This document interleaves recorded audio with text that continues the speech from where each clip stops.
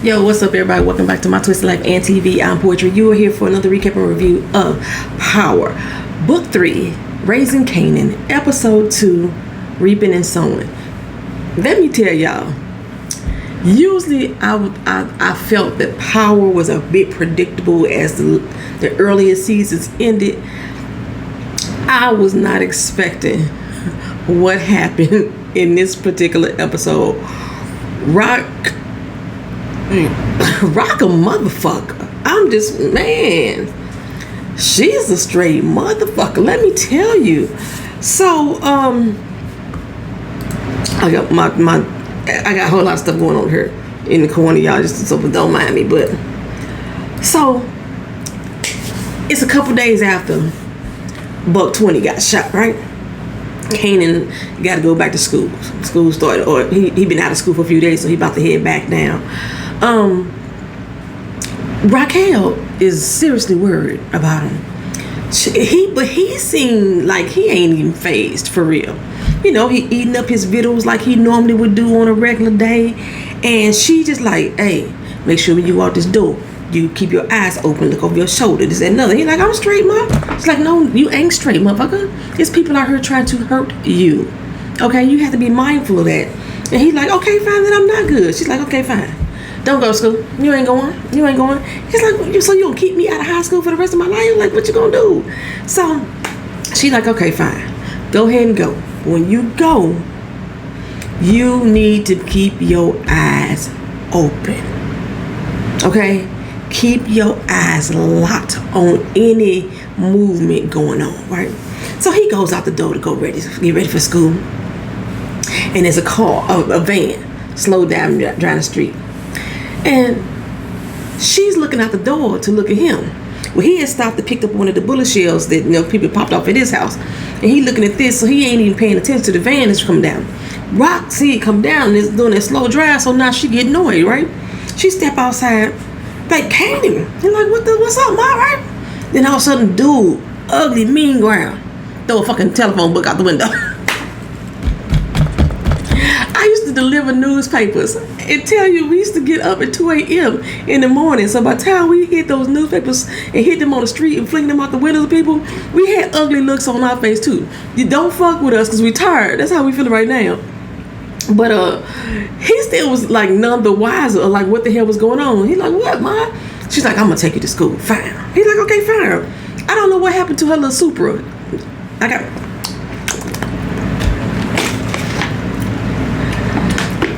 I feel like something on MILF.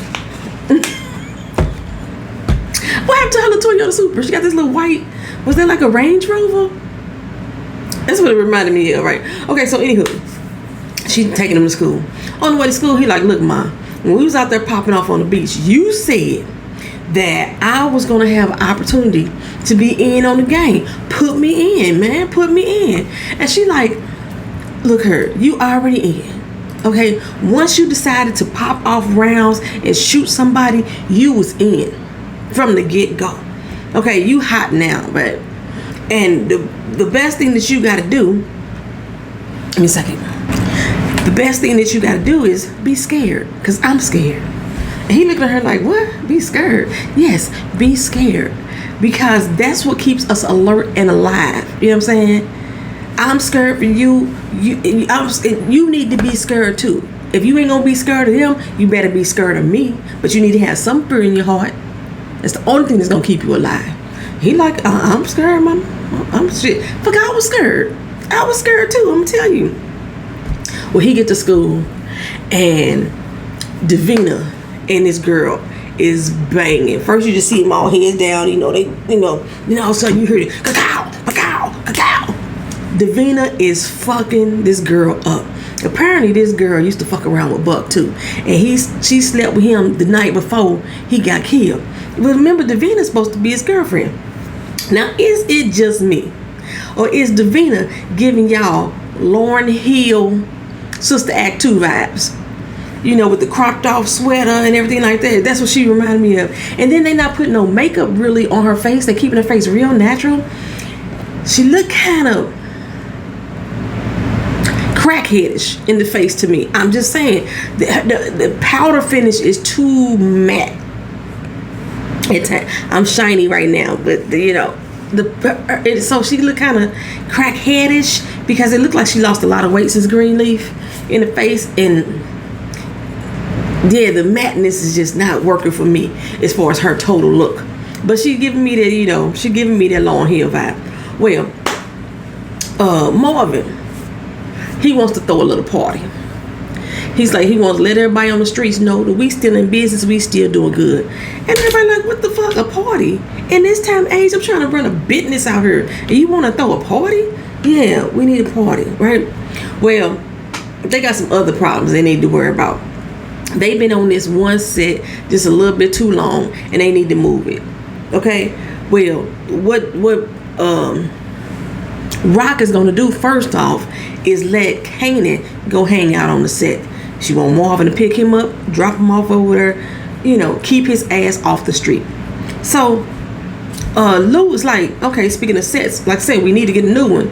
And I think Marvin bring up somebody that own a fish aquarium shop or got a fish aquarium shop. Like, we could set up in the back. There's another. Apparently this dude don't know how to run business. His last business was a beauty salon. He had lice and scabies and rabies and all that stuff up in that joint, So no, we ain't finna put our stuff up in there. We probably have lice and crabs running all through our coat. We ain't finna do that, bro. Right? So he know this little spot, this little store, corner store. These little Colombians run it, right? I think the woman name was Juliana, her husband. And Juliana, got her ear to the street. She knows some people. She got some family members that hang with some Latino crew. And I think the Nirvana crew. It might not have been Nirvana. It might have been Nirvana. I think it was Nirvana. Narina. It was a Latino name. Whatever. Spanish name. I'm gonna say Nirvana. So he know that she know a hustler when she see it. So they gonna go over there and talk to her pretty much. And try to get their business up in her shop. That's what they plan on do. In the meantime, we go back to the school. Davina is sitting up in the principal's office, because after she done whooped that girl Tiffany's ass real bad. And she crying, she feeling heartbroken. Her boyfriend is gone. She said she don't give a fuck about him fucking with Tiffany. What she caring about is that the fact that this bitch decided to speak his name just after he died. Why speak on that shit, right? But Kanan is still feeling Davina. So he want to be there for her, sit there, She done missed a lot of school because she been taking care of her little sister. So her mama wasn't up to it. Sound like her mama's a drug addict to me, okay? He said he been out with strep, whatever. Hey, dude, don't come up with me with your little contagions. You've been out with strep. I know you ain't got no antibiotics. I know you didn't go to no doctor for that. Whatever. But she ain't tripping off for that. Because she's so into Buck, and what's going on and what have you with him. Well, while they sitting there, her mama come in. Crackhead. She's something wrong with her. And she going off on Davina like, you done made me leave what I have to do and this, that, and third. It comes down here and talk to you with this school. You know how mamas used to do back in the day? Yeah. Embarrass the shit out of you, and then they really embarrass the shit out of you, and they know you a crackhead. Like the principal come out like, Patricia, bring your ass in this office and you and Davina talk to me and her. I ain't got no man at home. I'm raising 2 kids on my own. She went out to the whole little speech like, ain't nobody asked you about, you got a man at home. We don't give a fuck about that, Shantae. You know what I'm saying? So they go into the office and talk or what have you. Back out in the school arena, everybody, well, at least not everybody, Kanan feel like everybody has got eyes on them, right? And heads are turning because the streets is talking. The streets already said that he had beef with Buck, so they already thinking, of course, maybe he did something to Buck. That's the word, right? And I think D Wiz was like, he want to stake claim on that. He's like, well, Kanan ain't even tripped off of because he know he ain't the one that wet that nigga. I was, you know what I'm saying? And then Kanan like, well, dude, motherfucker, you can have that shit, but don't be stupid enough to be going around school talking about it, right? Well, here go Rock and Unique. They having another meeting again. I'm so sick of these little mafia meetings for real between them. For real, this is like the most annoying part of the show to me, is to see Unique and Rock have these little secret meetings. It gets on my damn nerves. He was like, well, shit, I thought you was setting me up, Rock. You know, I rode around this spot like 30 minutes just to make sure that you wasn't trying to kill me. She's like, motherfucker, if I try to kill you, you ain't gonna see it coming. You ain't gonna see it coming. You know, basically, though, the thing is, Raquel, Unique supposedly took the hit off of Kanan. However, she know Kanan's still getting hit. She know the street's still talking.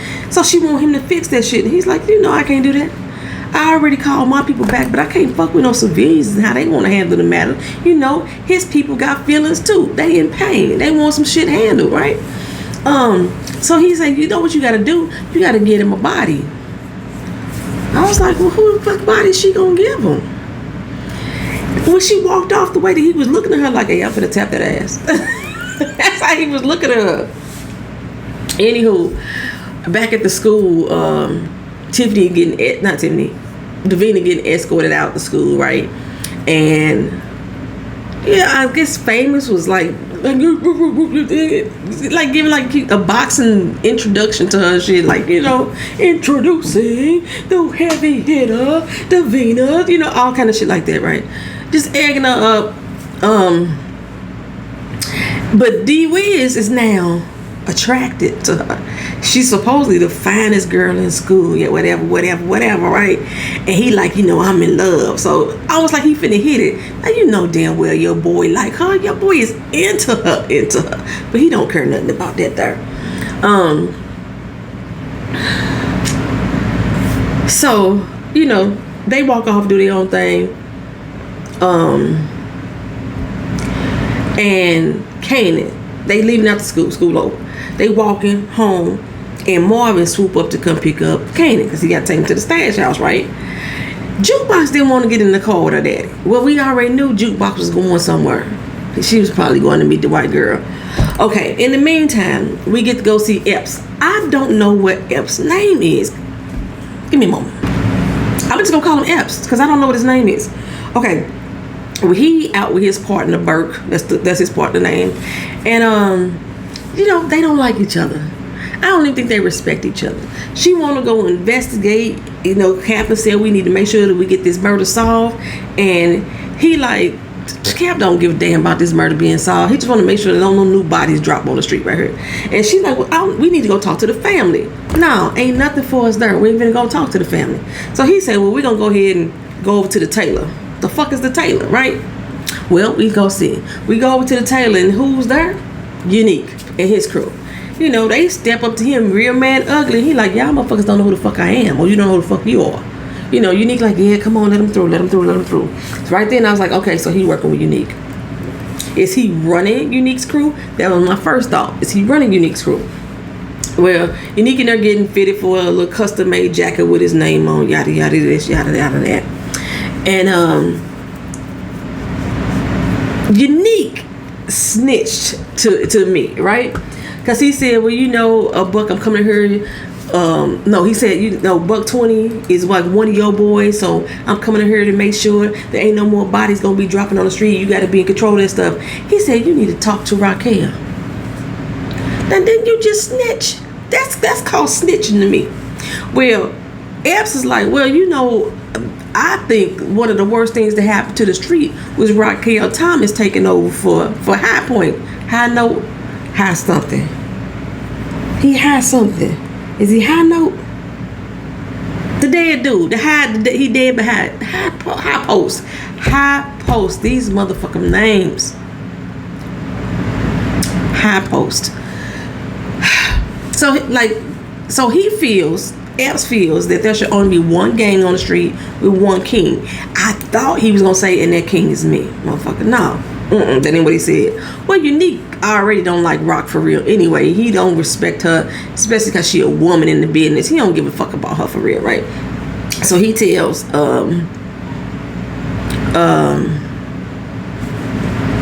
Epps tells Unique, if you keep that body up off the street, I can make sure that you, Raquel, is out of there and you'll be the only king. Okay, something like that. But it's funny because he said he don't want no more bodies dropping. However, that is what Unique told Raquel she need to do, is give them a body. Okay, so Meantime, Marvin rolls over to the club and he's talking to Symphony, basically trying to check him about Raquel. Like, don't do my sister dirty. I don't like Symphony, y'all. I don't know what it is. I don't know. I just don't like Symphony. It's something. I think it's something in the actor that I don't like him. It might be the actor plus the character. I don't know. And the fact that they making Marvin this goofy ass dude, I thought Marvin was gonna be more gutter. The fact that they making him this goofy kind of stupid dude is kind of really annoying me too. But I guess there gotta be one. But the problem is that the fact that Rock and Lou keep calling Marvin on his bullshit and keep telling him about how stupid he is, on top of the fact that his daughter didn't even want to be involved with him, like she embarrassed to be around him too. I had money withdrawn from my account. Oh, I just bought some stuff off Amazon. I was like, what the fuck was that? Okay. I ran out of jars for my product. This is for my product line.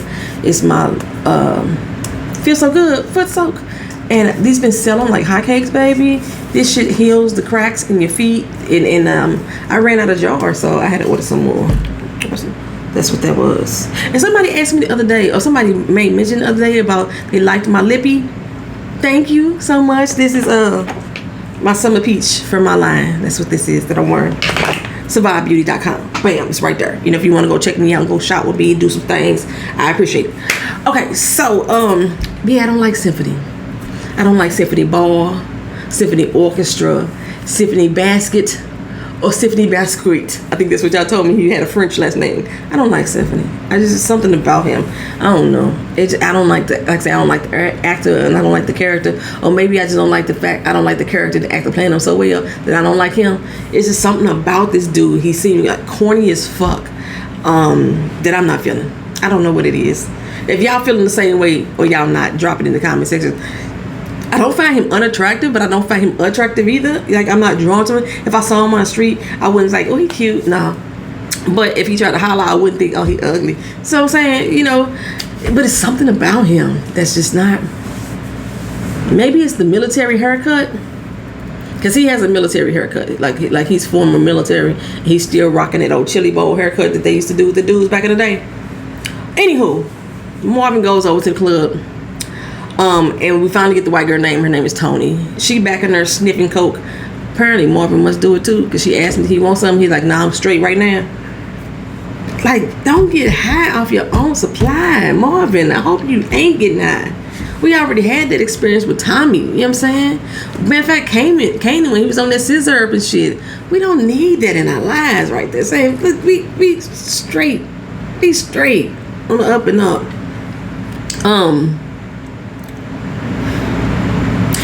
One thing I mentioned, let's talk about straight on up and up. One thing I failed to mention, when they was back talking in the diner and they was talking about going to the corner spot, Rock had mentioned to Lou that you need to get your Reggie Jackson on. When she first said it, I was like, Jesse Jackson's with my brain thought, like, what the hell is Jesse Jackson? I didn't even understand what Reggie Jackson meant, but you know they talking code. We ain't supposed to know. Okay? And because even Marvin was like, what the fuck y'all talking about? What the hell Reggie Jackson got to do with my shit? Now, he's supposed to be part of this crew, this family. And whether Rock respects him on that level or not, you think that he will know what that meant. But they leaving him out the loop. That is going to be a problem somewhere down the road. If it is not a problem somewhere down the road, Sasha Penn, you doing something wrong in the writing chair. Because there's no, I refuse to believe that Marvin is this dumb. They making him seem like a clown, like he's the what's the word I'm looking for? The comedic factor to the show. I don't know. I just wanted my Marvin to be more hard so I could dislike him as a character. I told you I'm like every time he plays a character, I don't like him. I don't want to dislike him because he's stupid. You know, I want to dislike him because he's that gutter. Just the same way I used to do with Kanan. I love to hate Kanan, which is why I'm following his doggone season. Anywho, so he getting this stuff together for this party. It's gonna be the next night. Tony was like, she don't feel like your sister like me. I think your sister killed my dog. He don't even know that Rock killed the dog. Like, Marvin is really out of the loop on everything, which is like, damn.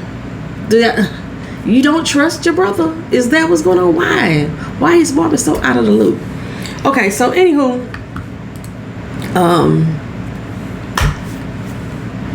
the party. They're getting that together.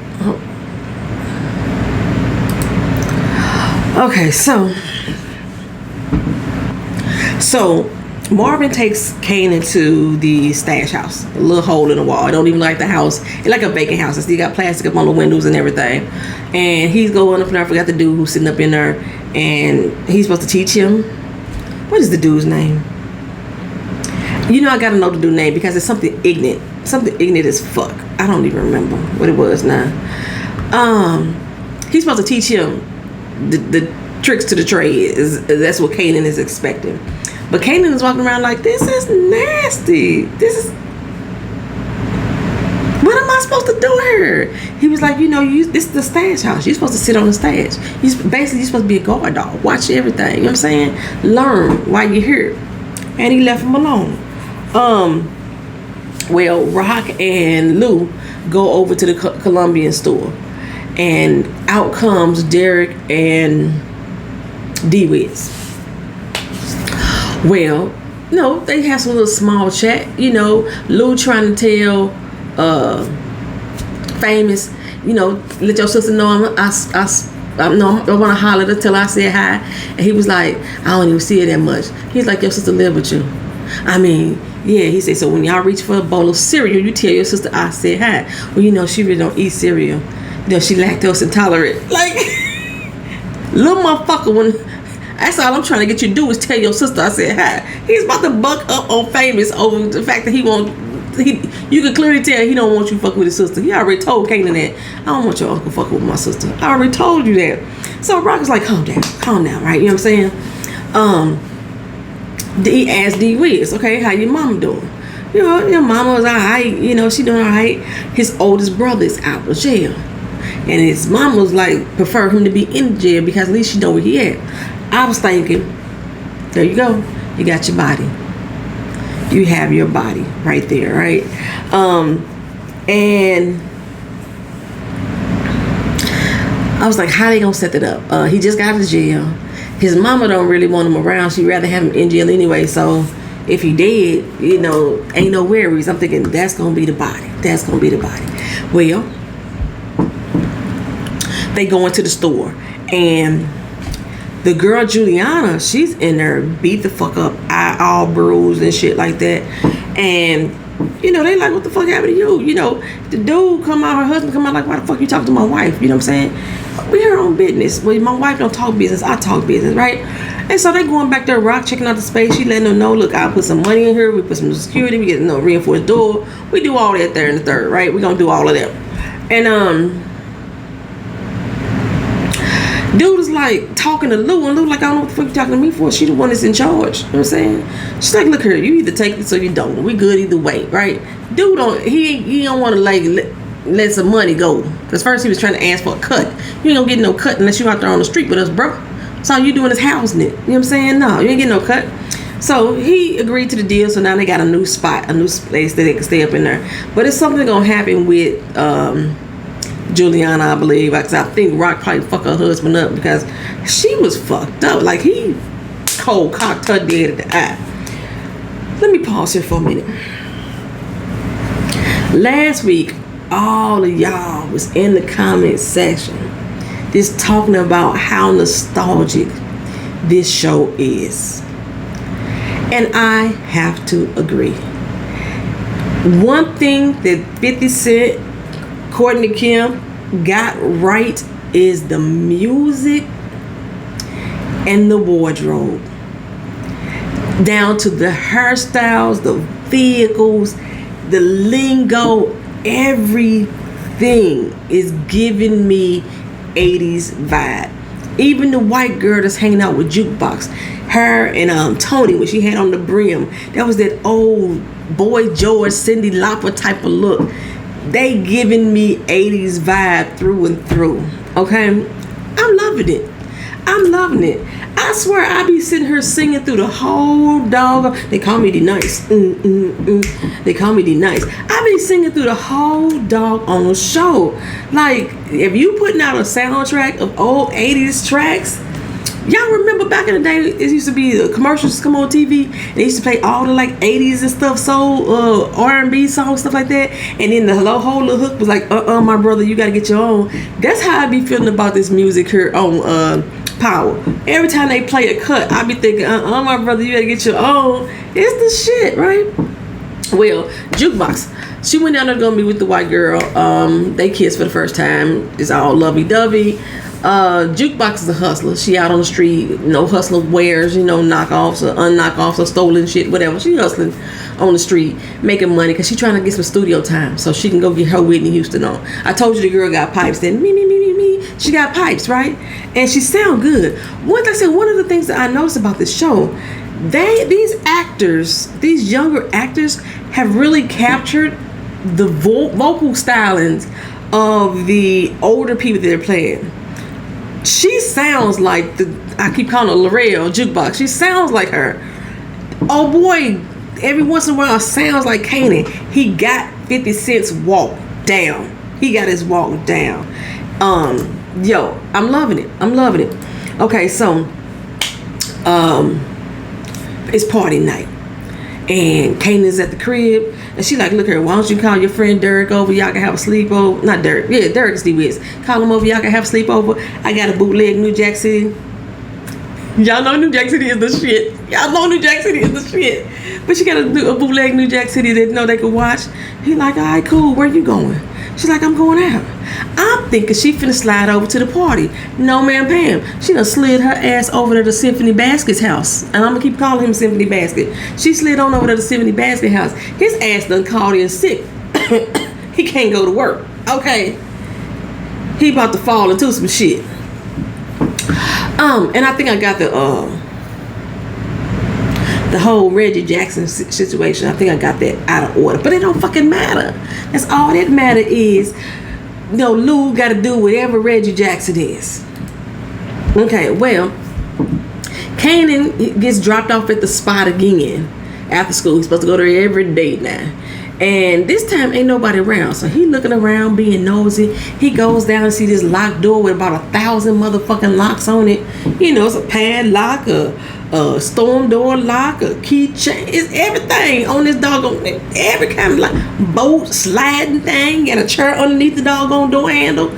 Y'all know, black people know. If you lived in the hood, you had a door. Or you lived in a hood house where everybody come in and you got activities going on and may not be quite of the legal status. You got maybe a chair underneath that door, or you got a piece of slack of wood propped up beneath the door so can't nobody come kick it in. Y'all didn't. I'm just saying. I ain't gonna tell you how I know. I'm just saying. But I mean, that's pretty much the vibe that I got. That's when Kanan found out that you ain't there to learn shit, dog. Ain't none of your business. Stay out of grown folks' business. That's all you here to do is stay the fuck off the street, stay out of trouble, and I'm just babysitting your ass. So he got back home to Ma, like, Ma, you just told me to stay off the street? That's what all you want me to do? She's like, yeah, exactly. But before you get into big head, let me tell you why. Your daddy, Def Con. Dog, Def Con, ain't that rat poison? These names, these nicknames. Damn, I can't remember the nickname of the boy in the house.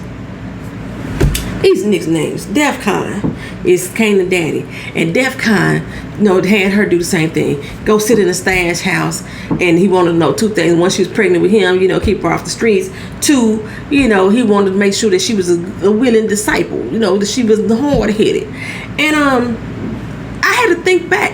First episode, they said that the high post is the one that got her into the game. Now she's saying that when she was pregnant with 50 or pregnant with Kanan, that Def Con is the one who was stuck her in the game. Did I misinterpret that? Did I heard that wrong?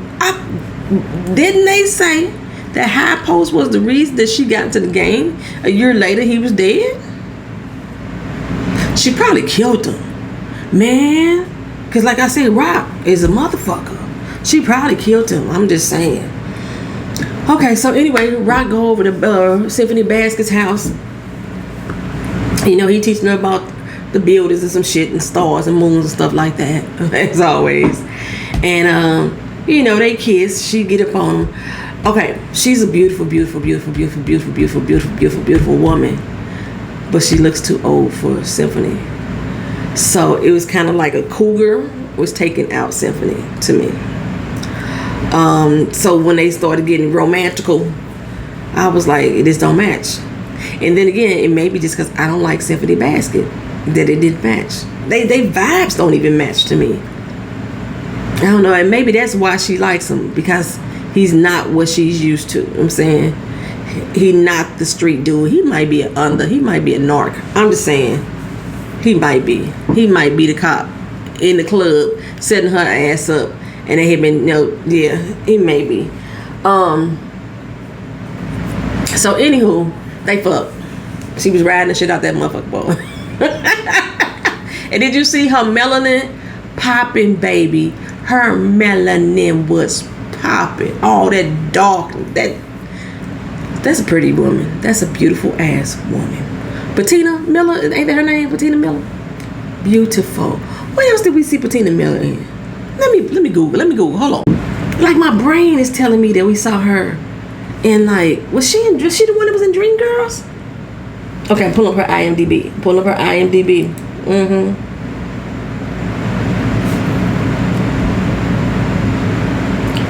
She was in Madam Secretary. What else was she in? She's known for Mockingjay, Hunger Games, Commander Paler. I do not remember her in the Mockingjay. She was in 200. I gotta watch that again. Commander Paler in both 2 Mockingjay movies.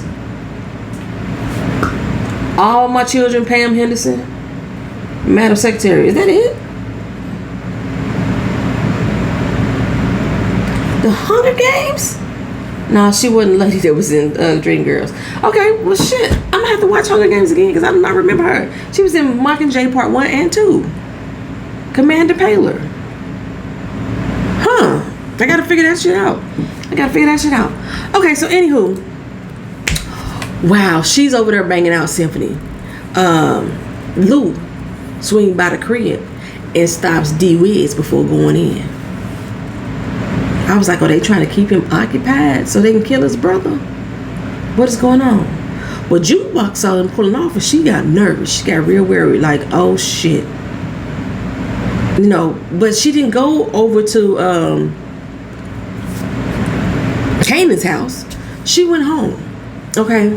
Meanwhile, at the club, Marvin is there. Like I said, that's when we found out that Symphony had called in and he trying to, you know, help Tony hook up the spot, get ready for the club to open up that night. You know, he complimented her on, see, she did look cute in that black though. She did. Like, so she gave me a whole 80s vibe with that.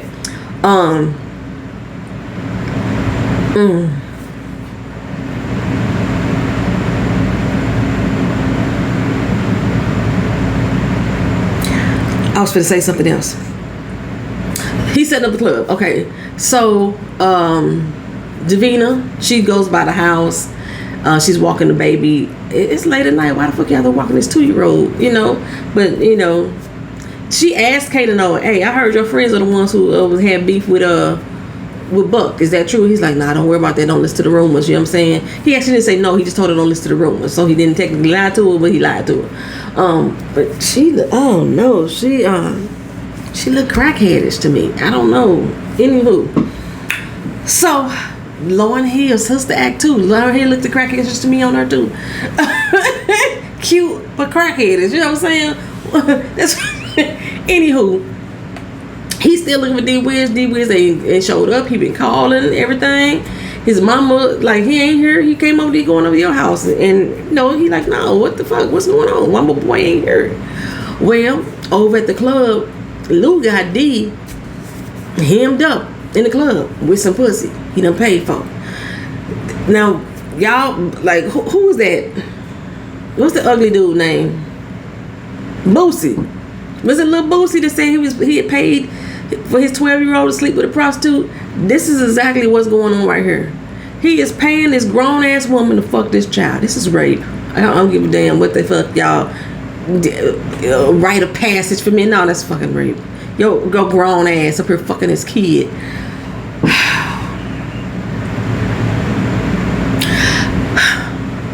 Well, while he inside letting him do all those things, trying to keep him out of Kanan's line of sight, you know, Marvin outside, he got some fellas, his people out there in the back of the line. Tony ain't letting them in quick. You know, she got her own crew. But there's some dudes in the lines like, hey, I heard you need some soldiers. No, I got you. We down. We from QB. Hey, QB is Queensbridge, right? Y'all let me know if the QB is Queensbridge. Y'all my New York people. And like we down from Queensbridge, you know,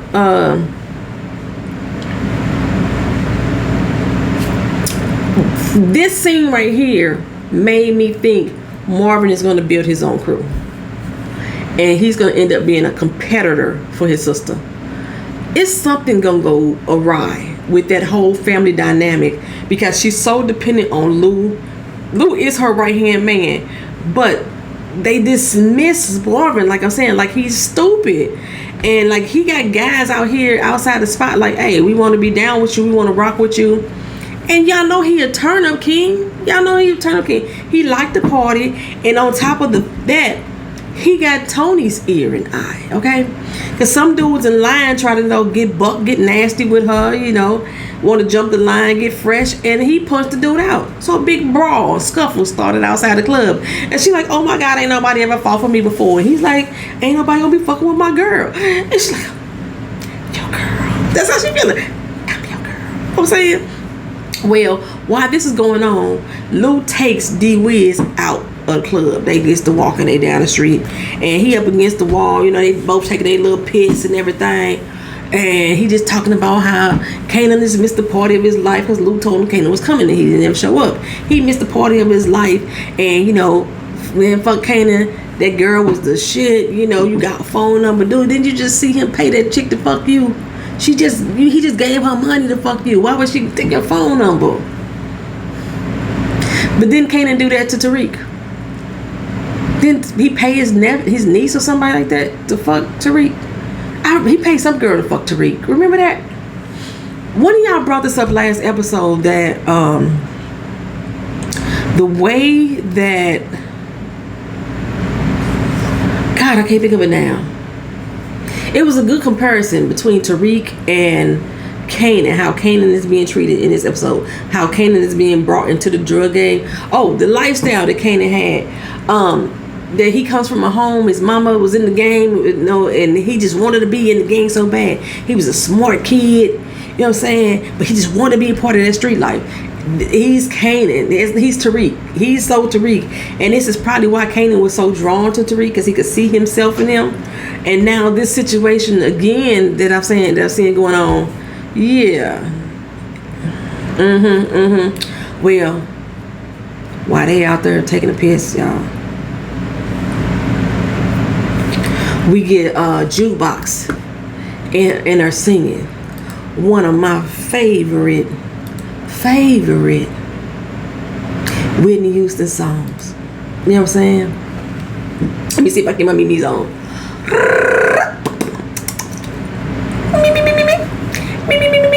Jack Tripper, he hate to hear me singing, but I'm gonna sing maybe. I found out what I've been missing, always on the run. I've been looking for someone, and now you're here like you've been before, and you know just what I need. It took some time for me to see. I think she go with him. That you give good love to me, baby, so good. Take this heart of mine into your hands. You give good love to me. Never, it's too much, baby. You give good love. Wait a minute. Ooh. You gotta get that break. You give good love to me. You give good love, baby. You give good love, baby. You give good love to me. Never too much. You know what I'm saying? This is too much. I know y'all was singing with me.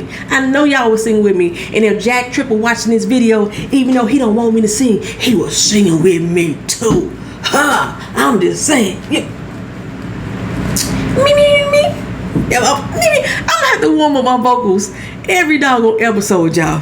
Anywho, out there on the wall, why, jukebox singing, rocking or breaking off symphony ball. D-Wiz pissing on the wall. Lou took out his 9. Pow! Shot that kid dead. He shot him dead in the street. I'm thinking this whole freaking episode that he is about to go after D-Wiz's brother. Somebody who just got out, who they could pin this shit on. No, he killed the kid. Now, in a way, it makes street sense because he was the other shooter, and you don't want nobody out there pointing hands to come back to Kanan. However famous, and the other dude was there too, but I'd have kept the other shooter alive. But the fact that the brother is out there real bad and he keeping gats and stuff at home, and we know that D-Wiz probably took his brother gats, it'd probably tie back to him and he may snitch and then come back to Kanan too. But he killed that kid. I was like, damn. And he called up Rock and say, home run. Reggie Jackson, it makes sense now. Home run. She was like, alright, somebody bring me a wet towel. That's all she was like, She got all that nutty butter up in her. She just needed a wet towel. That's all she cared about. Lou felt some kind of motherfucking way about it. He did. Now, at the same time, Marvin is getting arrested outside of the club. And I think that may be a good ploy or a good cover for them. Because if he, getting arrested, he down there, bailing out his brother, maybe that's what he finna go do. I think it looked like he was at the police station at the end. And she was over there fucking Symphony Ball, and Kanan is at home, waiting on D-Wiz to show up, watching movies. He been calling his mama left and right, like, hey, where he at, They all have alibis. In a way, they can't pin the shit, so to speak, on their crew. They got their body. It just was not the body that I was expecting. When he found out his friend just got, he probably gonna think it's Unique crew again, and then do some stupid shit to try to go after them again. But the fact that Jukebox saw him roll off with Lou, and it seemed like she already knew what was finna go down.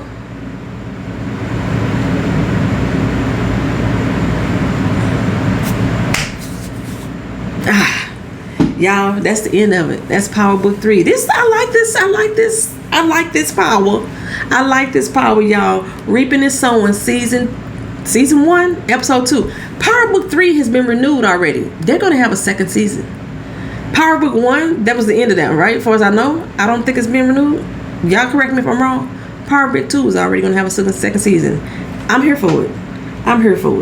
Thank y'all for watching. Thank y'all for being here. Like, comment, share, and subscribe to the channel if you're not already done so. Talk to you again soon. Peace. You give good love to me, baby. So good. Take this heart of mine.